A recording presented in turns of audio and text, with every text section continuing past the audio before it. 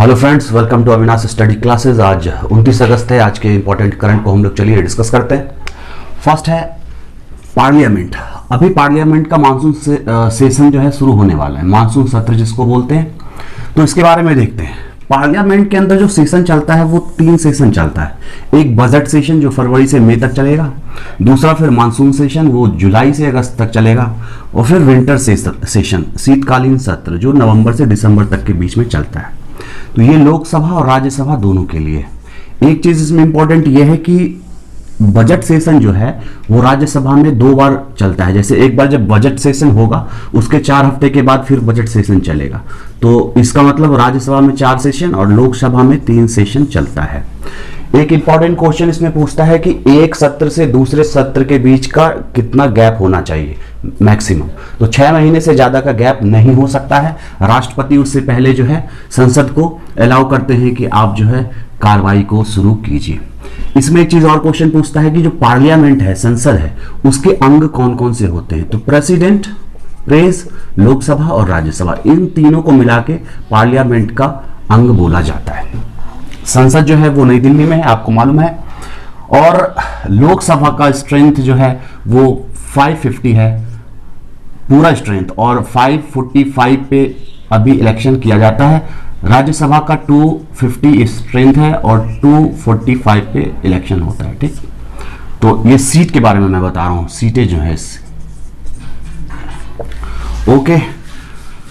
उसके बाद हमारा जो पार्लियामेंट है द्विसदनीय है। द्विसदनीय का मतलब होता है 2 सदन है, एक लोअर हाउस लोकसभा और अपर हाउस राज्यसभा। लोकसभा के लिए जो एमपी चुने जाते हैं 6 साल के लिए, 2/3 जो एमपी हैं वो हर 2 साल में रिटायर कर जाते हैं। और आपको पता है लोकसभा का जो एमपी होते हैं वो 5 सालों के लिए चुने जाते हैं। ओके, तो इससे कुछ क्वेश्चन ऐसे पूछा जा सकता है। उसके बाद है कि BPRD, bureau of police research and development, police अनुसंधान एवं विकास ब्यूरो। इसका भी हुआ क्या है कि गोल्डन जुबली सेलिब्रेट किया है। गोल्डन जुबली एनिवर्सरी इसने मनाया है कल।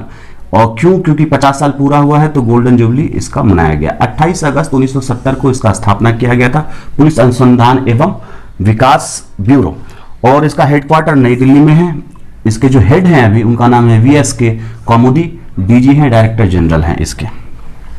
इसमें होता क्या है बीपीआरडी में कि जो पुलिस प्रणाली है, पुलिस सिस्टम है, उसको कैसे और बेहतर किया जा सके, और उसको जो इंटरनल सिक्योरिटी के लिए, क्योंकि आपको पता है पुलिस जो है इंटरनल सिक्योरिटी को देखती है, इसको किस तरह से जो है बाहरी थ्रेट से बचाया जा सके और पुलिस सिस्टम को स्ट्रांग किया जा सके, तो उसी के रिसर्च और डेवलपमेंट पे इसमें काम होता है बीपीआरडी में। ओके, इसमें एक और इसका विंग्स काम करता है CDTS। इसका फुल फॉर्म हुआ सेंट्रल डिटेक्टिव ट्रेनिंग स्कूल, केंद्रीय गुप्तचर प्रशिक्षण केंद्र।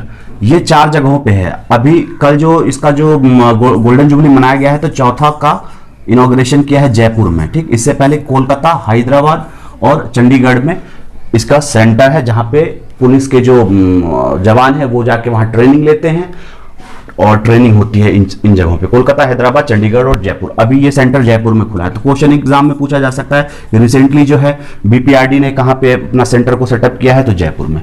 और ये किस मिनिस्ट्री के अंदर आती है, तो मिनिस्ट्री ऑफ होम अफेयर, गृह मंत्रालय के अंदर ये काम करती है। गृह मंत्री जो है हमारे अभी आपको मालूम है अमित शाह हैं, और गृह राज्य मंत्री जो है उनका नाम है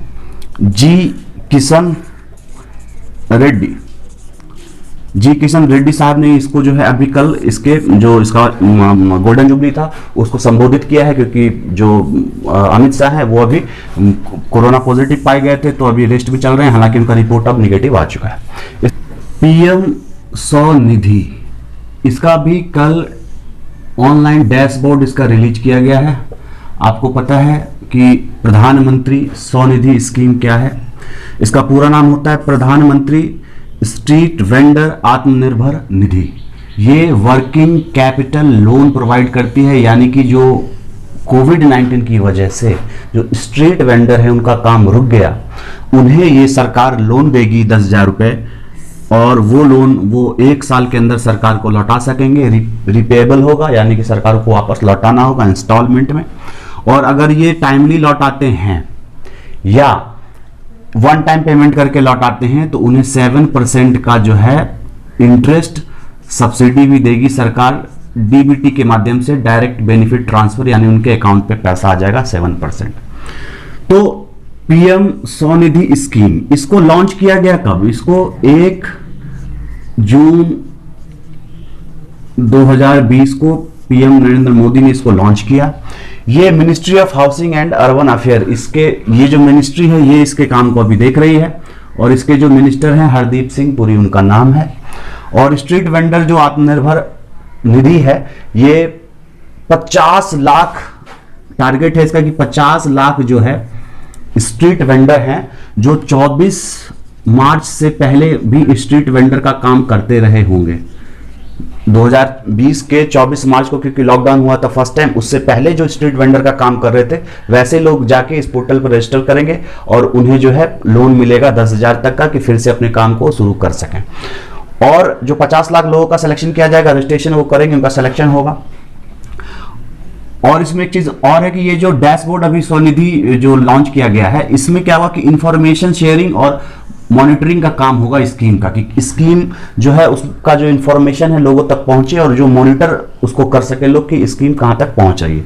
अभी तकरीबन जो है इसमें 17 लाख के आसपास अभी रजिस्ट्रेशन इसके अंदर हुआ है। 1.70 लाख लोगों को अभी तक लोन सैंक्शन भी किया जा चुका है, तो ये एक इंपॉर्टेंट है। उसके बाद नेशनल स्पोर्ट डे है आज 29 अगस्त, और ये कब से ऑब्जर्व किया जा रहा है? 2012 से, इस बात को ध्यान रखिएगा। और ये ऑब्जर्व किया जाता है क्योंकि 29 अगस्त को मेजर ध्यानचंद सिंह जो हॉकी के प्लेयर थे, हॉकी का जादूगर भी उनको बोला जाता है, उनका आज बर्थडे है 29 को। तो इनके बर्थडे के मौके पे जो है ये इसको स्पोर्ट डे के रूप में, राष्ट्रीय खेल दिवस के रूप में मनाया जाता है। हॉकी आपको मालूम है हम लोगों का नेशनल गेम भी है, ओके। और ये हॉकी के खिलाड़ी भी थे ध्यानचंद। इन्होंने 1928, 1932 और 1936 इन सालों में समर ओलंपिक जो होता है उसमें भारत को गोल्ड मेडल भी दिलाया था। ध्यानचंद इलाहाबाद के थे, इलाहाबाद में इनका जन्म हुआ था, अब जिसका नाम प्रयागराज है। और 1908 में इनका जन्म हुआ था और इन्होंने अपने लाइफ में 400 गोल किए थे, 185 मैच इन्होंने खेला था। उस समय क्योंकि जब इंडिया आजाद नहीं हुआ होगा तो ये ब्रिटिश इंडिया की तरफ से खेलते होंगे। और आज ही जो है नेशनल स्पोर्ट डे के मौका पे ही जो राष्ट्रपति हैं वो खेल से रिलेटेड जो भी अवार्ड है उसको वो देते हैं। तो आज के दिन जैसे अर्जुन अवार्ड, राजीव गांधी खेल रत्न, ध्यानचंद अवार्ड, द्रोणाचार्य अवार्ड, ये सब का जो है आज ही वो वितरण करेंगे राष्ट्रपति। तो अब तो कोविड-19 को देखते हुए इसको जो है वीडियो कॉन्फ्रेंसिंग से आयोजित किया जाएगा। और उस अवार्ड के बारे में किसे किसे मिला है मेरे प्रीवियस वीडियो में, आप वहां जाके इसको देख सकते हैं। हेल्दी बॉडी हेल्दी माइंड, ये दिल्ली गवर्नमेंट ने कैंपेन को शुरू किया है, ठीक है। ये कैंपेन किस तरह का कैंपेन है? फिटनेस कैंपेन है, फिटनेस कैंपेन है, फिटनेस कैंपेन है स्टूडेंट्स के लिए।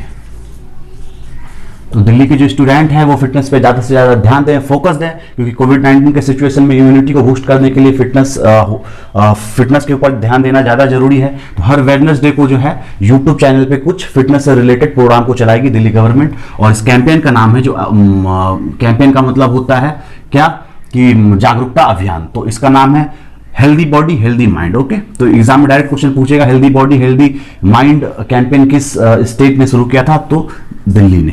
उसके बाद है कोविड-19 के ऊपर एक रिपोर्ट आई है और उसे यूनिसेफ ने पब्लिश किया है। यूनिसेफ का हेडक्वार्टर न्यूयॉर्क में है और इसका फुल फॉर्म होता है United Nation children's emergency fund. तो इसने रिपोर्ट जो पेश की है उसका नाम है कोविड-19 are children able to continue learning during school closure. क्या बच्चे स्कूल बंद होने के बावजूद भी जो पढ़ाई लिखाई है वो कंटिन्यू कर पा रहे हैं? इसके ऊपर कुछ रिपोर्ट इन्होंने पेश किया है। तो इन्होंने कहा है कि 463 मिलियन बच्चे जो हैं वो अभी पढ़ाई पे उनका जो है फोकस नहीं बन पा रहा है, यानी तकरीबन कितने? तो 46.3 करोड़ हो गया, ठीक है। और मिलियन की बात करें तो 1 मिलियन बराबर 10 लाख होता है। तो लगभग कितने बच्चे हो गए, 46.3 करोड़ बच्चे का ये इन्होंने रिपोर्ट पेश किया है कि कोविड-19 से उनके पढ़ाई में बहुत ही डिस्टर्बेंस हुआ है। उसके बाद एक और न्यूज़ है स्पोर्ट्स से कि AIFC association of Indian football coaches और फेडरेशन कोचेज ऑफ ऑस्ट्रेलिया, तो ऑस्ट्रेलिया की फुटबॉल एजेंसी, ऑस्ट्रेलिया और इंडिया की, ये दोनों मिलके MOU पे साइन इन्होंने किया है। MOU का मतलब होता है मेमोरेंडम ऑफ अंडरस्टैंडिंग, और इसमें इन्होंने साइन किया है कि इंडिया में भी और ऑस्ट्रेलिया में भी फुटबॉल को किस तरह से इंकरेज किया जाए, कैसे फुटबॉल का अच्छे से डेवलपमेंट हो, उसके बारे में। उसके बाद है national security changes young scholars perspective, ये बुक है, इसको ध्यान रखिएगा, ये इंपॉर्टेंट है। ये बुक है और इसको लिखा है हमारे आर्मी चीफ जो है मनोज मुकुंद नरवरे ने। ओके, इनका नाम लिख देता हूं मैं यहां, मनोज मुकुंद नरवाने, ठीक है, जो अभी हम लोग के आर्मी चीफ है, इन्होंने इस बुक को लॉन्च किया है, लिखा है। तो ये बुक है, एग्जाम में डायरेक्ट क्वेश्चन पूछा जा सकता है, national security challenges young scholars perspective, इस बुक का नाम है। ओके, उसके बाद हम लोग देख ब्रिक्स। अभी हुआ क्या है कि ब्रिक्स का 5th industrial minister meeting, industrial जो मिनिस्टर हैं ब्रिक्स कंट्री जो है, ब्रिक्स में 5 कंट्री है, आपको मालूम है, ब्राजील, रसिया, इंडिया, चाइना और साउथ अफ्रीका। 2010 से मेंबर साउथ अफ्रीका इसका बना था, उससे पहले इसका नाम ब्रिक था, और जब साउथ अफ्रीका जुड़ गया तो नाम ब्रिक्स हो गया। ओके, तो इसी की 5वीं मीटिंग हुई है, जो इंडस्ट्रियल मिनिस्टर हैं इन 5 कंट्री के, तो उनका भी मीटिंग हुआ है। तो सोम प्रकाश जो है minister of state commerce and industry India के, स्टेट मिनिस्टर है, यूनियन स्टेट मिनिस्टर कॉमर्स और इंडस्ट्री के, उन्होंने पार्टिसिपेट किया है। और जो यूनियन मिनिस्टर है उनका नाम पीयूष गोयल है। तो ब्रिक्स के बारे में देखते हैं। तो ब्रिक्स 5 देशों का एक ऑर्गेनाइजेशन है, Brazil, Russia, India, China, south Africa, और इसका फॉर्मेशन हुआ था 2009 में। ब्रिक्स का कोई जो हेडक्वार्टर है, परमानेंट हेडक्वार्टर नहीं है ब्रिक्स का। जो भी कंट्री में ब्रिक्स का आयोजन होता है वो कंट्री वहां का चेयरमैनशिप संभालती है। अभी जो चेयरमैन है ब्रिक्स के वो कौन है, कौन सी कंट्री है, तो रशिया है। रशिया में समिट होने वाला था, 12वां समिट इसका, अभी जुलाई में, जो कि कोविड-19 की वजह से कैंसिल हो गया है। इससे पहले 2019 में लगभग इसमें नवंबर में 13-14 नवंबर को 11वां समिट हुआ था, जो कि ब्राजील में हुआ था 2019 में। अब आने वाले टाइम में 2021 में समिट होगा इसका इंडिया में।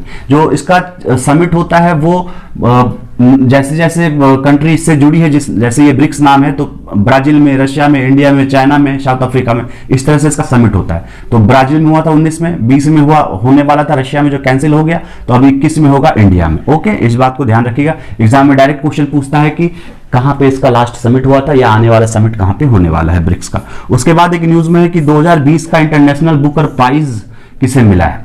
तो ये डच की एक महिला है, वो 29 वर्षीय है, तो सबसे कम उम्र में इनको इंटरनेशनल बुकर अवार्ड मिला है, और ये डच की हैं, ठीक है। इनका नाम है मार्की लुकास रिजनेवेल्ड, ओके। और इनके बुक का नाम है discomfort of evening, the discomfort of evening book का नाम है। और मैरिकी लुकास रिजनेवेल्ड इनका नाम है, और इन्होंने इंटरनेशनल बुकर प्राइज जीता है।